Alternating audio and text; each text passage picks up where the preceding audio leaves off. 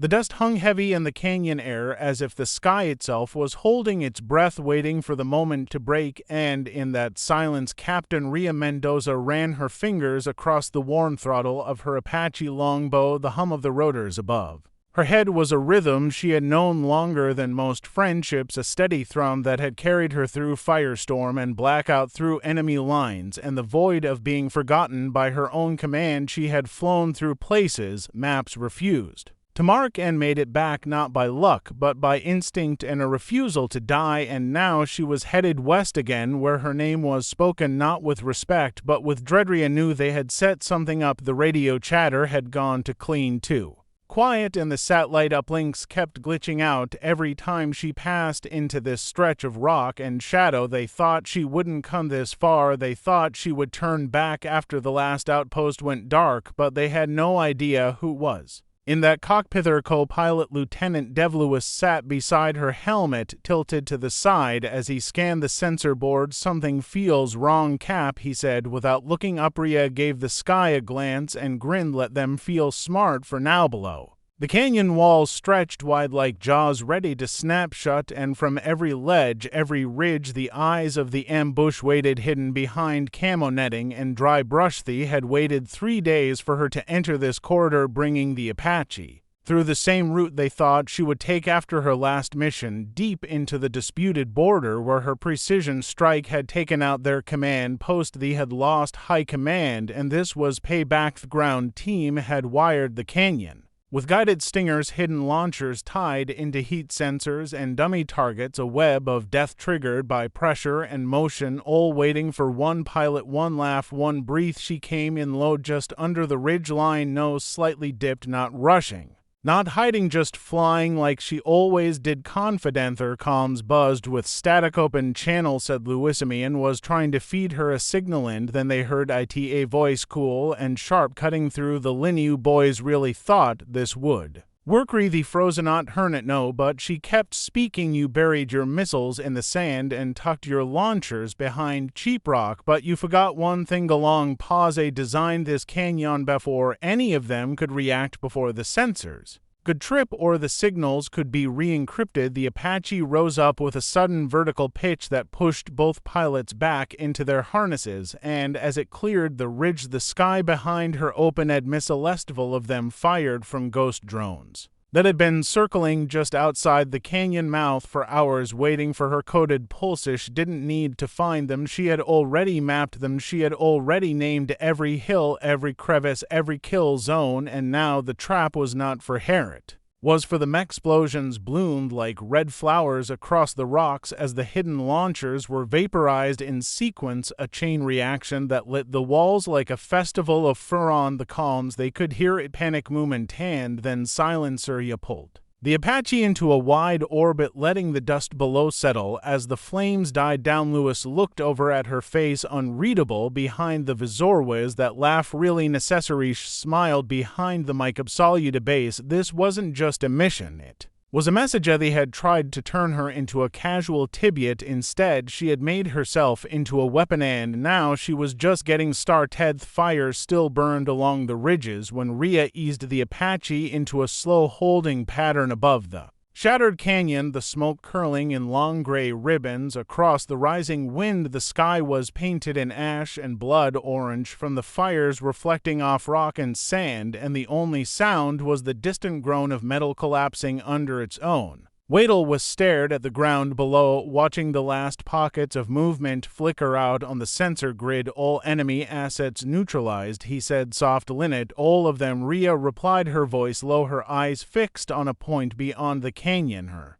fingers twitching against the cyclic. This was not their only trap, and it would not be their last. She had known from the moment she got the mission briefing that this was bigger than a retaliation strike. They wanted her gone, not because she was dangerous, but because she had seen something 2 weeks ago in a no-fly corridor near the southern ridge, something they never expected her to survive. But she had Barrelian. She remembered every thinkless convoys operating without command knowledge. Black site cargo protected by mercenaries, not uniforms, and a voice she recognized over the comms giving orders no one should have been able to give, and now the canyon trap made sense. It was clean up, and she was the loose thread as should head back. Lewis said, tapping the screen that pulsed with return coordinates. The outpost will want a full debrief. Rhea gave a slow shake of her head. Not yet. She banked the Apache southwest toward a ridge that had no official designation, not on the maps, not in the satellite logs, but she knew it well. The Ghost Glide, a stretch of terrain where nothing electronic worked for more than a few minutes. No GPS, no comms, just silence, and Shadow's last time she had come through here she had seen movement figures.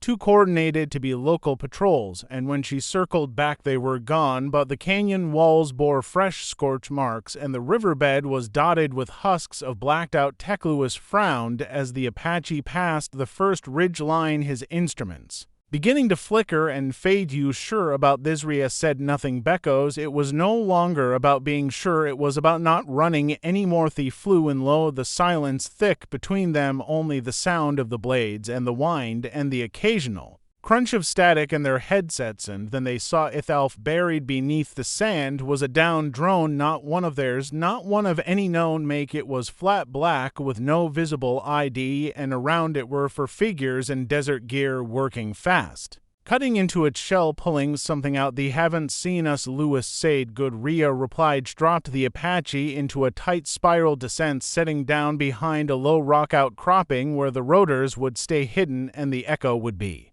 masked by the slopewad. Are we doing? Lewis asked, hand already on his side. Arm will ask questions, and if they shoot first then they don't get to answer. The dismounted, moving fast. Rhea in front, rifle shouldered, eyes scanning Lewis, covering her six every movement practiced, clean, silent. They crept up the ridge, using the wind and firelight to mask their approach, and as they closed in, the voices became clear. English American. One of them was giving orders with a tone that spoke of authority, not just rank but real weight. Rhea Frise, she recognized the voice. Commander Haley. She had seen him once during a black brief back in Qatar. He was supposed to be intel only, no field presence, no active mission status for 3 years. What the hell is he doing here? Lewis whispered, collecting things. Rhea said. They watched as Hale and his team pulled a sealed case from the drone and cracked it open. Inside was something wrapped in lead and shielded casing, but before they could see more, a faint chirp broke across the comms. Rhea snapped her head down to her wristband. An active ping. They had tripped a proximity sensor. Gunshots rang out before she could finish the word. The ridge erupted in muzzle flashes as the team below scrambled for cover and returned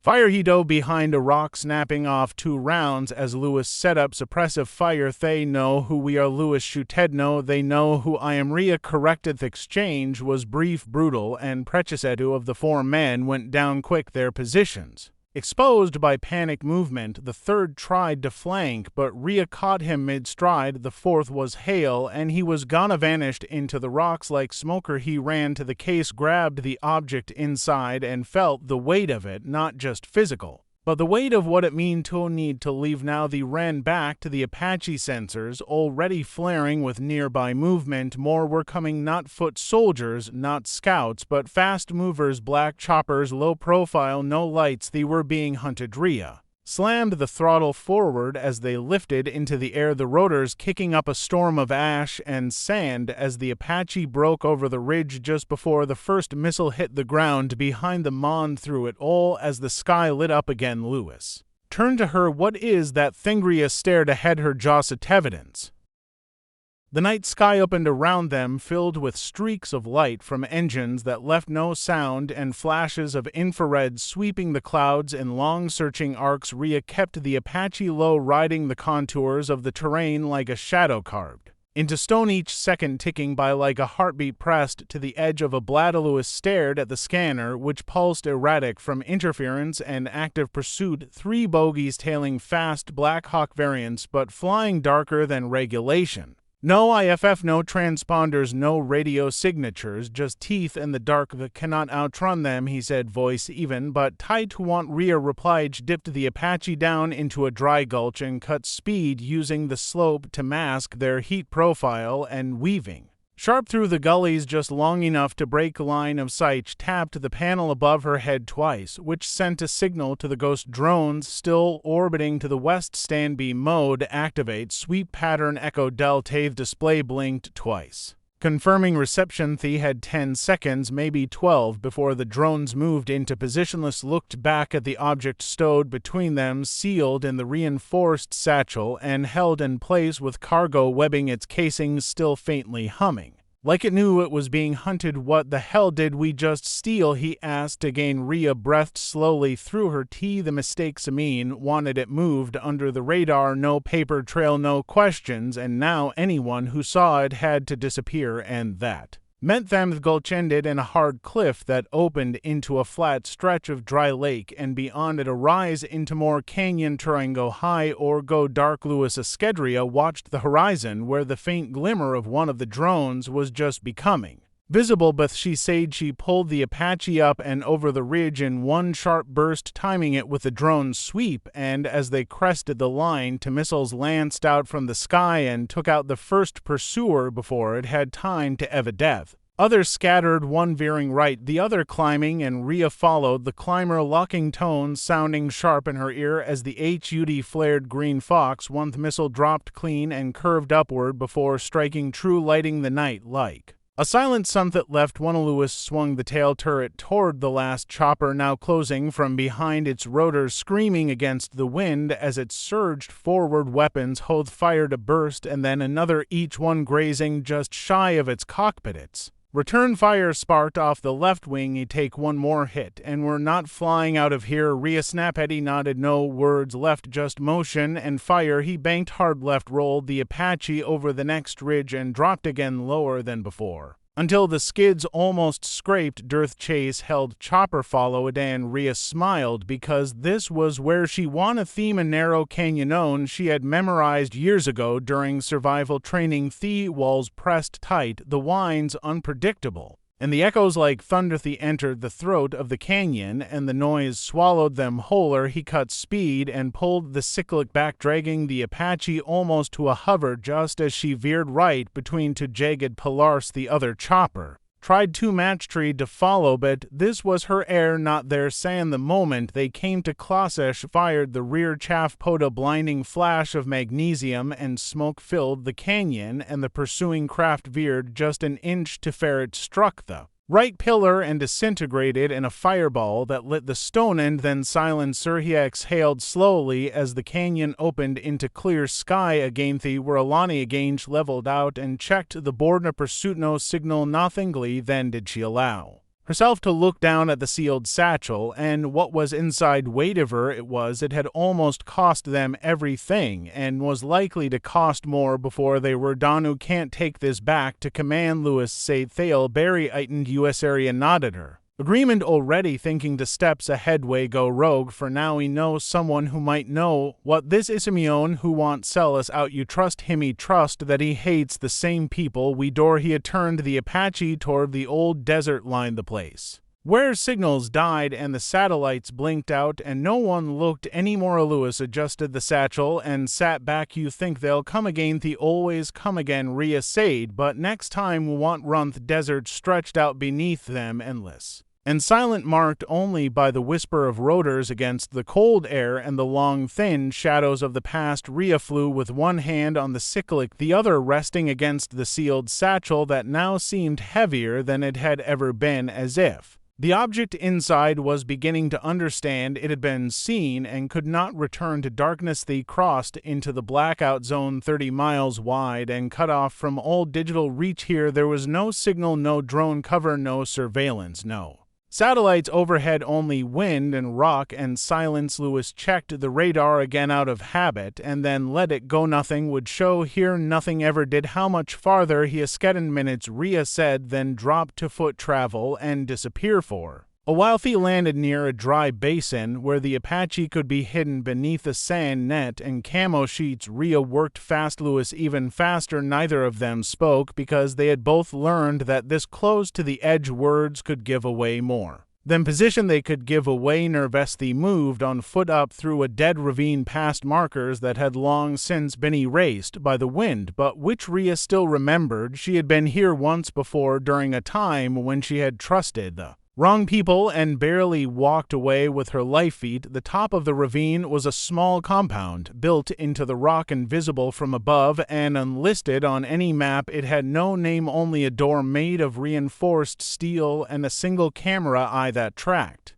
movement without sound. Rhea stepped forward, looked into the lens, and held still seconds passed. Then the door clicked open. Inside was darkness and the faint smell of dust and heat and old circuits. A voice called out from within, "You brought something heavy, didn't you?" He smiled for the first time in horsey. "Brought a problem." He followed the voice down a narrow corridor into a room filled with screens, all dark and silent except one that flickered faintly with blue static sitting in front of. It was a man with gray hair and oil on his hands and eyes that had not forgotten anything since the last war. "This is Locke," Rhea said to Lewis. Lick stood and nodded once, not unkindly, and gestured toward the satchel. "Let me guess, you pulled this out of a bird that shouldn't have been flying over territory, it shouldn't have been surveilling, and now people want you dead close." Rhea said. She handed the satchel over and watched Locke open it slowly with practiced care, as if expecting it to bite. Inside was a device no larger than a laptop, shaped in angles that defied simple construction, its surface coated in a dull sheen that shifted under the light. Locke stared for a long time, then said, "Know what this is?" "Was afraid of that," Rhea said to Lewis. Frowned. "What is it?" Locke sighed and sat down heavily. "It is a key, or more precisely a translation Brigado." "What?" Lewis esqueto "Something we were never supposed to touche." Turned the object over, revealing a set of micro engravings that shimmered like heat lines. "This came out of a Black Vault program called Aegis, one of the last projects before the shutdown, when things got too deep, too fast, too unstable." Her leaned forward. He heard rumors about Aegis, something about decoding atmospheric anomalies over the southern quadrant. Locke nodded. "Anomalies that repeated on a cycle every 72 hours with patterns not random, not natural, but deliberate." "This device is what they used to try and read them." "Did it work?" Lewis asked it for a moment. Locke said, "Long enough for someone to understand what it was saying, and then the vaults were sealed, the programs buried, and the people who built this vanished." "No, someone is trying to dig it all back up." Rhea paced the room, her boots tapping quietly on the concrete. "You need to find out how. Need to find out why. You will not have long." Locke said, "They realize you landed here. The clock starts ticking. This place won't hold. They're watching all the old routes, and they have assets deep inside command. Need to go dark." Rhea said. "Deeper than we are now." Locke tapped a few keys on the still active screen, and an old map blinked to life, showing the subterranean network beneath the blackout. "Zonather are tunnels left over from Cold War missile runs. You can use them. They run 20 miles north and at the end." "What?" Lewis asked. "At the end." Locke said. "Simeon, who hates the silence more than you do." They packed quickly, taking only what they needed and leaving the Apache behind. Its mission complete, its blades still warm from flight. Bear they left. Locke handed Rhea. "Drivethus has the last known access logs for Aegis and a copy of the last translated message. Read it when you are alone." He nodded and slipped it into her inner vest. Then she and Lewis vanished into the tunnels. Bend them. The world was already shifting. Above them the sky waited silent, and far ahead something was stirring. The tunnels were narrow, damp, and cold, carved long ago into the bones of the desert by hands that no longer remembered what they had feared when they built them. Rhea moved first, flashlight clipped to her vest, low beam against the walls that still bore faded symbols and rusting wires hanging like vines in the dark. Lewis followed, silent, eyes scanning every shadow, one hand on the satchel strapped tight across his chest. There was thick with dust and old chemical residue, and somewhere deeper a hum vibrated just beneath the silence, like a machine waiting to breathe again. They moved for hours, the narrow corridor opening at times into wider chambers long abandoned, once filled with gear, now stripped bare by time or scavenger. Shia paused at a sealed bulkhead door, checked the markings, and tapped a small rhythm against the metal. Nothing. She waited again, then repeated the pattern, this time with more weight behind. The door creaked open inward, revealing a room dimly lit by Low amber lights and the scent of solder and grease inside stood a woman in her 40s, lean and tall, with a scar that ran from her temple to her chin and eyes that missed nothing. She smiled when she saw Rhea, but it was not warmth, it was recognition.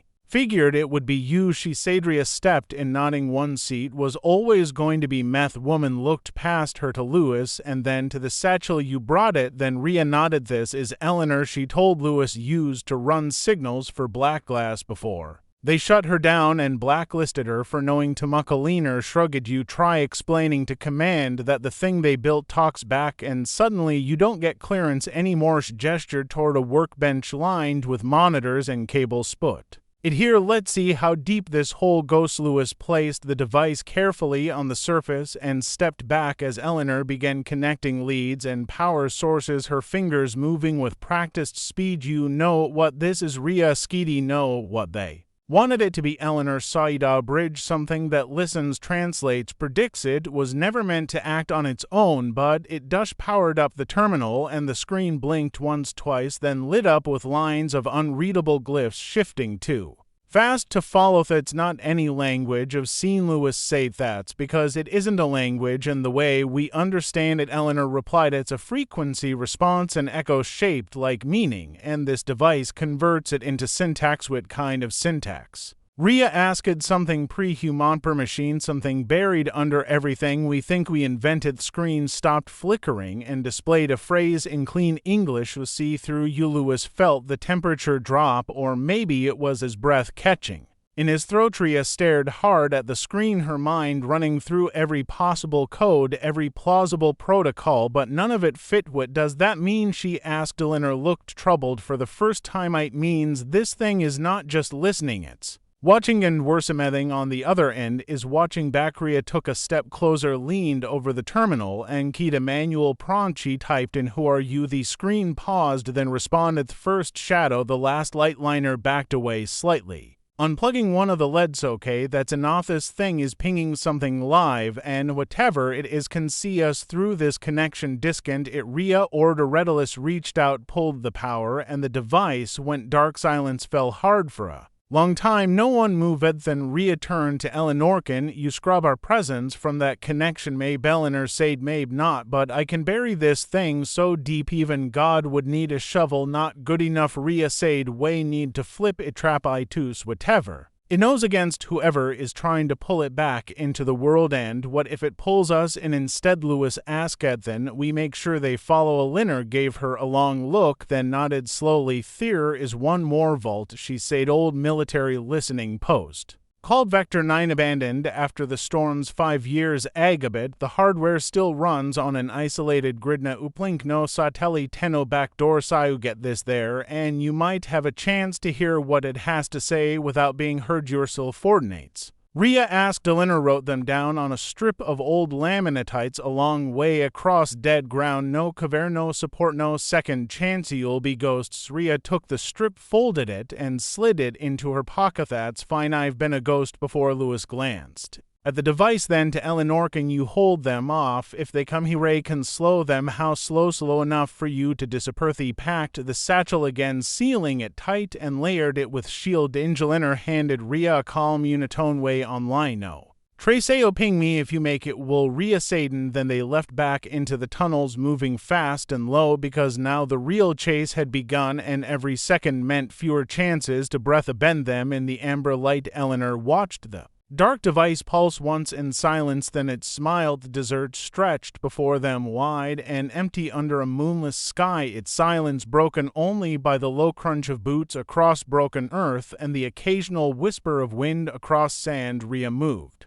like a shadow, her silhouette framed against the ridgeline, and Lewis followed not far behind. Both of them silent, both of them alert, both of them knowing that the moment they reached Vector 9 the world could change again. They traveled at night, hiding by day under fractured rock formations and makeshift thermal tarps, the device wrapped in multiple layers of lead mesh tucked in Lewis' pack, which he wore like it was fused to his spine. Rhea barely slept, her mind repeating every movement Every signal, every sound, from the moment the device had spoken. When they reached the outer boundary of Vector 9, it was nearly morning, the sky bleeding red along the horizon, and the wind heavier now, carrying with it the smell of old metal. And Ozone facility rose from the sand like a forgotten ruin, its walls cracked and peeling from years of sun and storm, its antennas bent, its gates torn, but it still stood, and Rhea knew that was not by accident. He moved fast through the broken fence, past silent motion sensors that had long since lost their power, or maybe were waiting for the right frequency to wake up again. Inside, the main building was cooler, dark, the power long gone except for emergency cells that flickered weakly along the corridors, enough to see by enough to know something still slept. They found the control room in the north wing, half collapsed but still intact enough to use her. He cleared a path to the central console, brushing off layers of dust and shattered glass, and turned to Lewis. Added up her, nodded, removed the device, placed it carefully in the heart of what had once been the nerve center of communications for the entire quadrant. Then they waited, the device powered on silently, no lights, no boot sequence, just the quiet hum of awareness. In the monitor beside them, words began to scroll. "You camera." He leaned forward, keyed in her message. "How are you?" The response came slower this time, as if something on the other end was considering how much truth to give. "We are the other memory, the first sight." The echo beneath the system. Lewis frowned, watching the speak like myth-like code. "Because they are Rhea Sage." She typed again. "What do you want to finish?" What began the translation. Screen flickered, then showed a diagram complex beyond anything they had seen, filled with sequences, patterns, equations, and overlapping language threads, some mathematical, some not. Rhea watched the data stream faster, her eyes wide, her mind racing to follow, but unable to catch all of it. "This is a map," Lewis whispered it, "to a place." Rhea said, "To a possibility." The device pulsed once, then displayed another message. The follow. Lewis stepped back, reached for his comm. "We have to shut this down." Rhea said it. Yet a second message appeared. "Can it be unseen? Cannot be returned, only chosen." The door behind them shuddered. Rhea looked to Lewis. "How far out are they?" "Maybe minutes, maybe less. If we leave now, we might not make it." Screen lit up again with a question. "Will you open it?" Rhea stared at the words, then reached slowly to the keyboard. "Yes." The device emitted a low tone, and the monitor flooded with symbols once more, the console lights flaring brighter than before. Systems across the room flickered to life as if awakened by something ancient, something buried deep beneath. Signal and steel. Rhea grabbed the drive from her vest, plugged it into the port, and hit transfer. Everything that had been shown began uploading to the drive, but the room was shaking now. "They're here," Lewis said, "then hold them." Rhea stayed at the console, her fingers flying, her voice calm. The download was nearly done. Through the cracked walls came the sound of movement, boots, weapons, quiet commands masked by comms. Lewis stepped into the hall, rifle raised, breathing, even eyes hard. 'Twas shadows approached fast, and he opened fire, short bursts, precise. One dropped, the other scrambled for cover. Rhea kept going. Screen read completed. Pulled the drive, yanked the cord from the device, and slammed the emergency lock on the console, sealing it all in. Hardened. Caselowis returned, breathing hard. "More coming. Go now." They ran through the north corridor toward the access hatch that led beneath the station to an old maintenance shaft wide enough to crawl through and lined with rust. They dropped inside as gunfire ripped through the upper walls, sparks flying above them, dust choking the shaft. Rhea landed first, reached up, pulled Lewis down behind her, and slammed the cover shut. They crawled fast, the satchel between them, the drive clutched in Rhea's hand as if it might vanish if she let go. Behind them the corridor trembled, then quieted. They emerged 300 meters from the compound, hidden beneath the ridge where their backup weight had a single drone had been pre-programmed to stay low and dark. Rhea triggered its beacon. 10 minutes later it landed silently, boarded, and were gone before the horizon caught fire.